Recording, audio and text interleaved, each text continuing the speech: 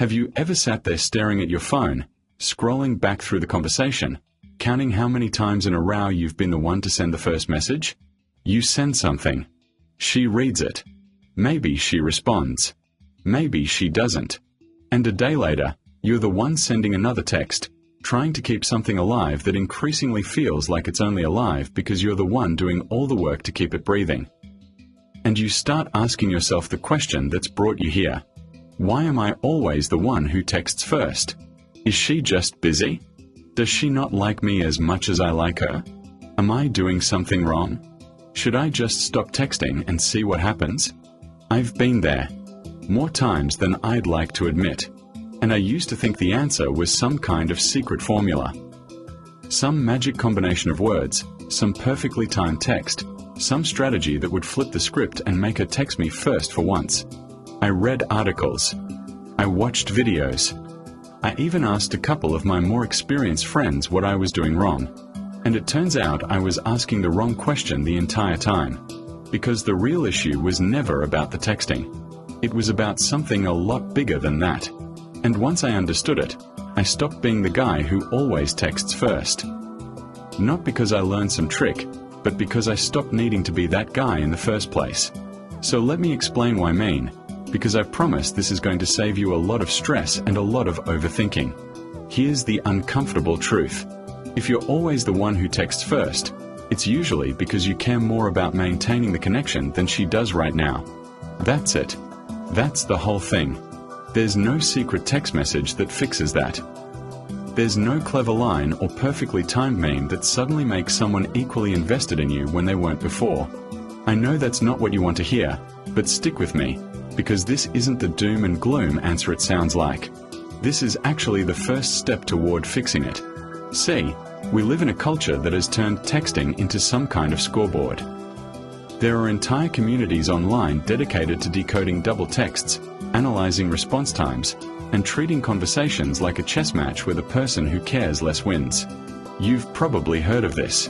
The whole idea that you need to wait exactly this many hours before responding, that texting back too fast makes you look desperate, that you need to play games to seem more interesting than you actually are.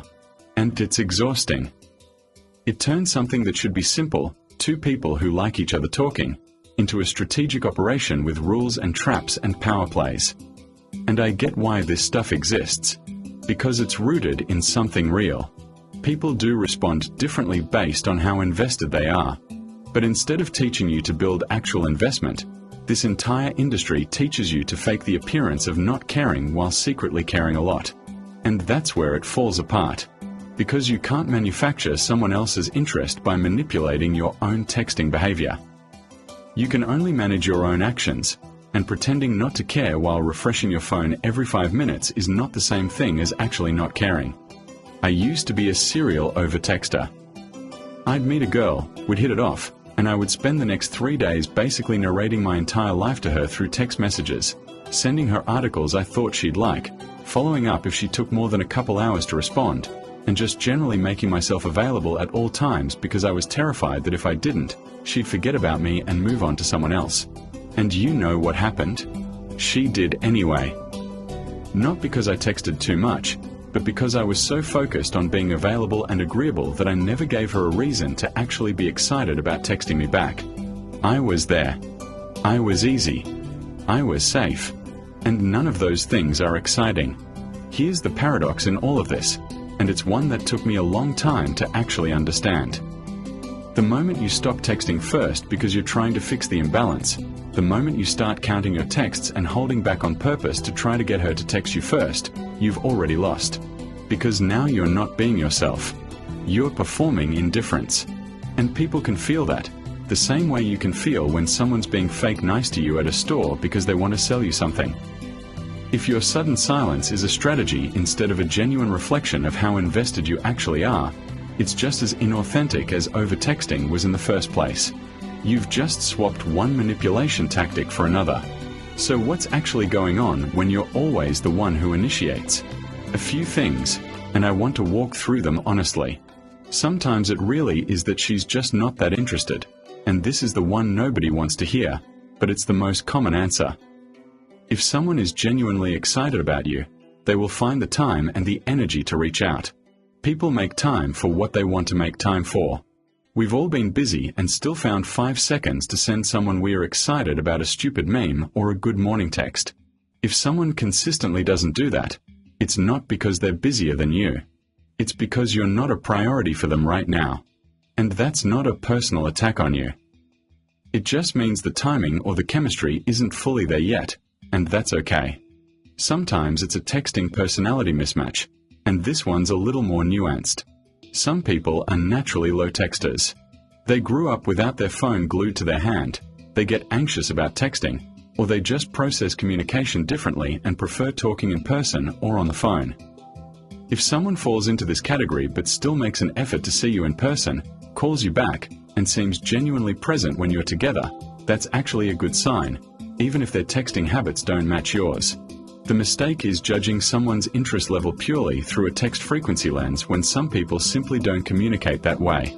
And sometimes, and this one's uncomfortable to admit, it's you. Not because you're a bad person or unworthy of being texted first, but because you've built the relationship into one where you're always the one doing the emotional labor. You always ask how her day was. You always suggest the next hangout. You always send the good morning text. You've essentially trained the dynamic to run on your energy, and now it only moves when you push it. People often step back from things that are already moving forward without their help. Why would she text you first when she knows you'll do it anyway? So how do you actually fix this? Not through a trick, but through an actual mindset shift and a few practical adjustments. First, stop treating texting as the primary measurement of interest. Judge the relationship on the full picture. How does she act when you're actually together? Does she engage, ask questions, make plans, follow through? A person who's present and engaged in real life but slow on text is a completely different situation than someone who's distant both online and in person. Don't let a slow reply time convince you that everything is falling apart if the actual in-person connection is strong. Second, stop overfunctioning. If you notice you're always the one initiating conversations, initiating plans, and initiating check-ins, pull back, not as a manipulation tactic, but as an honest recalibration.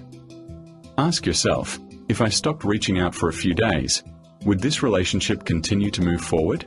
If the answer is no, that tells you something real about where things actually stand, and it's better to know that now than to keep pouring energy into something that only exists because you're the one holding it up.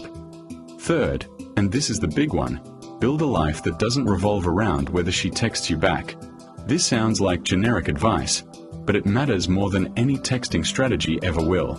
When your day, your mood, and your sense of self-worth are tied to whether your phone buzzes, you will always be anxious, and that anxiety leaks into how you text, how you act, and how needy you come across even when you're trying to seem chill.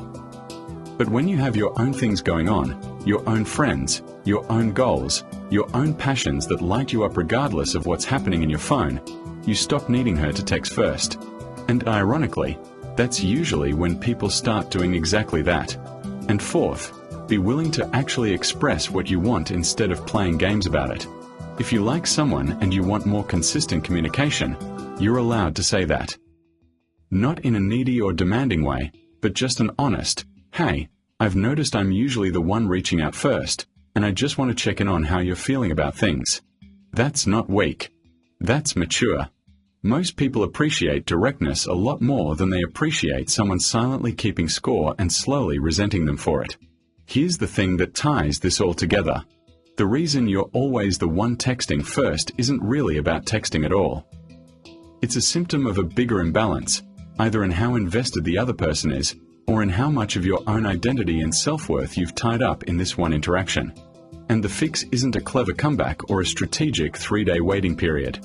It's building a version of yourself that's genuinely secure enough that you can text first without anxiety, and also secure enough to stop texting when it's clearly one-sided, without spiraling about it. When I stopped obsessing over who texted first and started focusing on whether the actual relationship, the real one, in person, felt mutual and good, everything got easier. I texted first sometimes. She texted first sometimes. It stopped being a scoreboard and started being two people who just like talking to each other. And when I met the girl I'm with now, I didn't even notice who texted first most of the time, because I wasn't counting anymore. That's how you know it's actually working.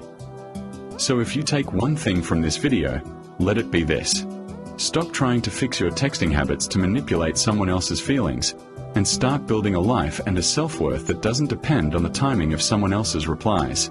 Because the people who never worry about who texts first aren't the ones who found some secret trick. They're the ones who stopped needing the trick at all. I know this isn't the easy answer you might have wanted, but I think it's the honest one. And honestly, that's what this channel is about. Not quick fixes, but the actual truth about why these things happen so you can build something real instead of chasing a strategy that never actually works. If this helped you see things a little differently, let me know in the comments. I read every single one, and I'd love to hear what your experience has been. And that's it for today's talk. We'll talk again soon.